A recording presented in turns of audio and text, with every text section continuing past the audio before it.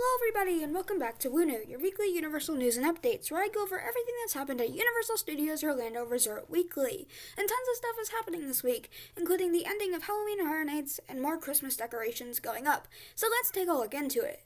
Starting with some general news, a quarter profit report will come out on Thursday of this week, stating all of the profits for Universal in this quarter of the year. It says that Universal is leading the replenishment of theme park profits, having had its most successful quarter since the quarter one of 2020, which is before the pandemic started.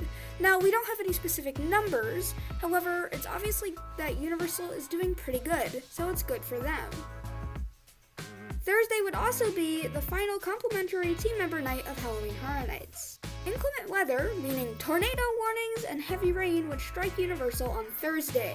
There was some very intense weather and it was predicted, and nothing terrible would happen at Universal, but definitely arose a little bit of panic. Also, a ton of Halloween Horror Nights merchandise would go on sale.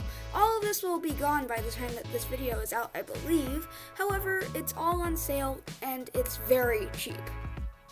It would also be announced that the holiday tours will be making a return, and they will feature a Grinch meet and greet, cookie and hot cocoa bar in Circus McGurkus, reserved viewing for Universal's holiday parade featuring Macy's, reserved seating for Grinchmas show, on-stage Q&A with the Who's after Grinchmas, a Santa Claus meet and greet including a digital photo download, an after-hours viewing of the Magic of Christmas at Hogwarts Castle. A UOP discount of $10 would also be able to be applied to this. Halloween Horror Nights would also sell out on its final weekend before the weekend even started. So Halloween Horror Nights would sell out before some people even got a chance to walk up and buy their ticket. Universal would also release a Chance and Jack Halloween video on Halloween that says, "If you think you've seen The Last of Us, you've got another thing coming." This hints that Chance and Jack will most likely be returning at some point in the event, hopefully being next year, but maybe not. Halloween Horror Nights 30's official final day of operation would also be Sunday, October the 31st. The tribute store will also close with the event, meaning that if you come as of the time this video is out, the tribute store is going to be gone. This would also mark what is possibly the last ever show in the Fear Factor live stadium, being the Halloween Nightmare Fuel.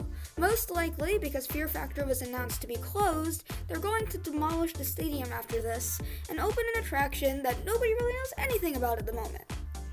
As for some Epic Universe news, a frame to a service building would be seen in an aerial view of the site, along with some of the park's parking lot, which I believe is the staff parking that's currently being used for the construction crew.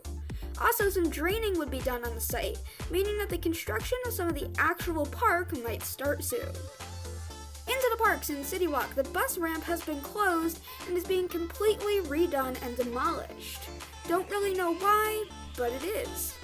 The studio store would also receive new Hungarian Horntail plushies, 6 new pairs of classical monster socks, and a Harry Potter acceptance letter ornament. The power would go out at the Universal parking garages on Tuesday. This would cause all of the security to be manual, and escalators and moving walkways to stop working. However, the power in the parks will be working just fine. The Legacy store would also receive new Jaws magnets and koozies. In Islands of Adventure in the Port of Entry, the Christmas lights would be lit up at nighttime, looking very pretty. And the Islands Trading Company would receive a new Harry Potter butterbeer glass cup. In Hogsmeade, Christmas decor would start to make an appearance, being placed on the entryway, Hogwarts Express station in multiple places, honeydukes, zonkos, lampposts, general windows, lanterns, the owl posts, a butterbeer stand, and the wand cart. A lot of other areas received garland too, tying all of the decor together. The next day, more decor will be placed. This includes being on the 3 broomsticks, adding lights to the Honeydukes decor, dervish and bandages with lights, Ollivanders, the Jurassic Park side entrance, trees and barrels being placed on paths, the themed general decor like golden snitch garlands and quill wreaths. Christmas trees would also be placed on either side of the Triwizard Tournament and Frog Choir stage. Along with this, wreath-like decor would also be placed on the Forbidden Journey gates. In Seuss Landing, structures for the entrance to the Grinchmas show would be placed by the Circus McGurkus, and more holiday decor would be placed, specifically on the back paths, which mainly includes a lot of garland. And I mean a lot, in all different colors, just a ton of it. Over in Universal Studios, in the New York section of the park, as scheduled by the weekly magnet release schedule, a magnet came out this week in the Tribute Store. This is a 30 Years, 30 Fears icon magnet and is the last weekly release magnet. Park maps would also start to become available again.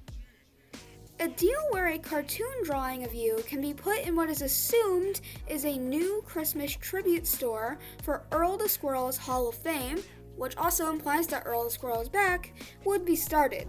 The offer is sold at the tribute store. There were 125 spots, and a picture is $125. Earl the Squirrel is a Christmas mascot character that a lot of people love, so it's great to see him returning this year. Finally, in the Hollywood section, in the Five and Dime, apparently a guest had knocked over the Bride of Frankenstein life-sized figure. It has since not returned. And people honestly don't know if this was at Halloween Horror Nights or at the day, and if it had to do with alcohol or not, but please be careful when you're in the parks. You don't want to ruin things that are so amazing. Anyways, that's everything that I could find at Universal Studios Orlando this week. I hope you enjoyed, and I hope that you like the updates I've come up with. As terrible as it is to see Halloween Horror Nights closing, I think it's time that we can launch into some Christmas, Hula Days, Grinchmas, and everything else you want to see at the end of the year. Are you excited for Grinchmas? Are you sad for Halloween Horror Nights? Tell me in the comments. I'll be happy to reply. Anyways, with all of that said and done, this is Wunu, signing off.